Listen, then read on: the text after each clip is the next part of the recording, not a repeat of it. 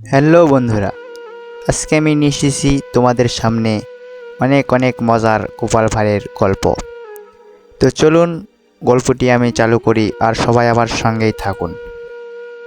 গোপাল ভাঁড় রাজা এবং রাজ্যবাসী সবাই মিলে একটি সিদ্ধান্ত নিচ্ছে যে কিভাবে ধানের পোকার ওষুধ বেরোবে এবং কিভাবে সেই ধান ক্ষেতের পোকাগুলো মারা যায়। আর ঠিক সেই সময় মুর্শিদাবাদ থেকে নবাব কৃষ্ণচন্দ্র রাজ্যে ভ্রমণ করতে আসে। আর ভ্রমণ করে এসে দেখে কৃষ্ণচন্দ্র এবং তার রাজ্যবাসী অনেক অসহায় এবং অনেক বিপদে আছে। তো সেই সময়ে কৃষ্ণচন্দ্র জানতো না যে নবাব তার রাজ্যে আসবে। আর বলতে বলতে সেই জনসভার মাঝখানে নবাব এসে হাজির হয়। নবাব দেখে যে তার রাজ্যে একটা কিছু নিয়ে জনসভা হচ্ছে, সকল রাজ্যবাসী এক জায়গায় এবং কৃষ্ণচন্দ্র এক জায়গায়, সবাই চিন্তিত এবং গোপাল কিছু উপায় বার করতেছে। গোপাল বলছে, মহারাজ আপনার কোনো টেনশন নাই, আপনি নিশ্চিন্তে থাকেন আর যা করার আলোচনা চালিয়ে যেতে থাকে যে নিম পাতায় ধানের পোকা মারা।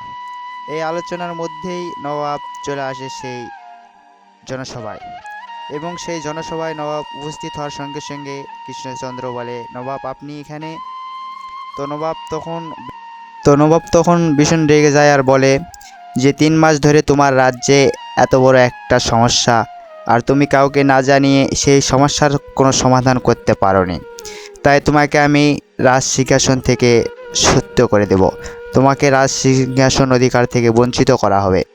রাজা কৃষ্ণচন্দ্র অনেক চিন্তায় পড়লেন। আর হঠাৎ করে প্রকৃতির ডাকে আরেক রাজ্যবাসী হঠাৎ দৌড় মারল নবাবের সামনে থেকে। তা দেখে নবাব আরও রাগে ফায়ার হয়ে গেল যে এরকম কীরকম শিক্ষা তোমার রাজ্যবাসীর, আমাকে দেখে আমার প্রশ্নের উত্তর না দিয়ে আমাকে কোনো কিছু না বলে দৌড় মারল, আজকে তোমাকে আমি মৃত্যুদণ্ড দেব।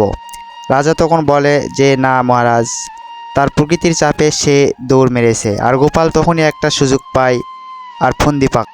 গোপাল বলে যে কালকে আমরা আপনার রাজ্যে যাব এবং আপনি একটা জনসভার আয়োজন করবেন। সেই বললে পরের দিন সকালে মুর্শিদাবাদে সবাই রাজসভার সদেরা চলে যায় এবং দুইজনকে দেখে গোপালের মাথায় বুদ্ধি আসে যে এই 2 জন প্রহরীকে ওই ওষুধটা দিই মহারাজকে খাওয়ানোর জন্য। আর বলে সেই ওষুধটা দিয়ে দেয় যে ওষুধের জামাল কোটা ছিল। এই জামাল কোটাটা নবাবকে নিয়ে যায়, সেই 2 জন প্রহরী দিয়ে দেয় এবং তাতেই কাজ হয়ে যায়। পরের দিন তার রাজ্যে সেই সভা মিলনে জনসভায় সে আর যেতে পারে না, কারণ তার পেটে অনেক গোলমাল করেছিল।